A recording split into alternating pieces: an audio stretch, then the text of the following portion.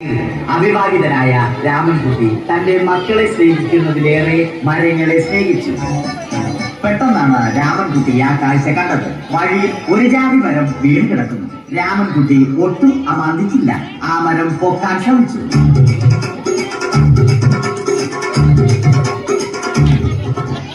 നടക്കുന്നില്ല. പിന്നെയും പൊക്കാൻ ശ്രമിച്ചു.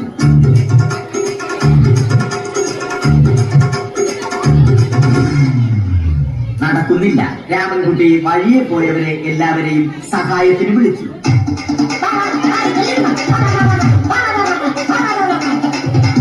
ആരും വന്നില്ല. അവസാനം കുടുംബശ്രീ യൂണിറ്റിൽ തൊഴിലുറപ്പിന് പോകുന്ന പെണ്ണുങ്ങളെ സഹായത്തിന് വിളിച്ചു.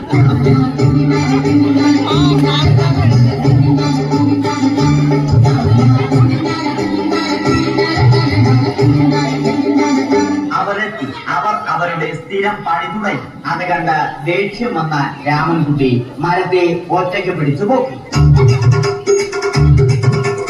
അത്ഭുതമെന്ന് പറയട്ടെ, മരം നേരെ നിന്നു. ഇത് കണ്ട് തൊഴിലുറപ്പ് പെണ്ണുങ്ങൾ രാമൻകുട്ടിയോട് നോക്കുകൂലി ആവശ്യപ്പെട്ടു.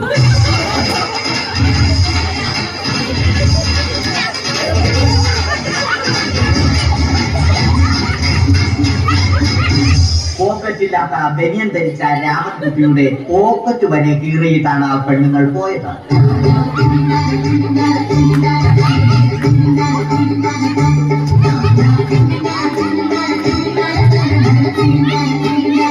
രാമൻകുട്ടി പിന്നീട് ഒന്നും ആലോചിച്ചില്ല. മരത്തിന് ഹാക്ടംബോസ് 2020 സെപ്റ്റംബർ 14 നൽകി.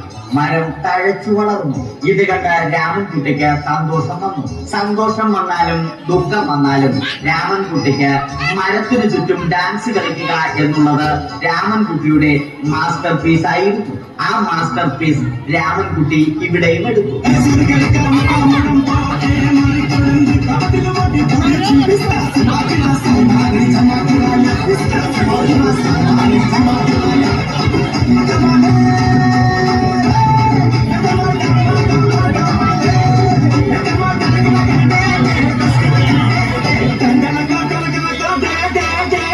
രാമൻകുട്ടി ദൈവത്തോടായി പ്രാർത്ഥിച്ചു. നിങ്ങൾ എനിക്ക് ആയുസ്സും ആരോഗ്യവും തരൂ.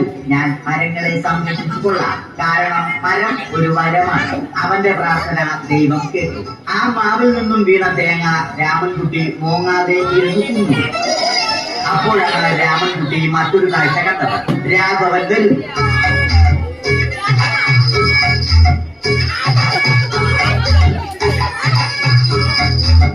മരം മുറിക്കൽ ഹോബിയാക്കിയ അതിലുപരി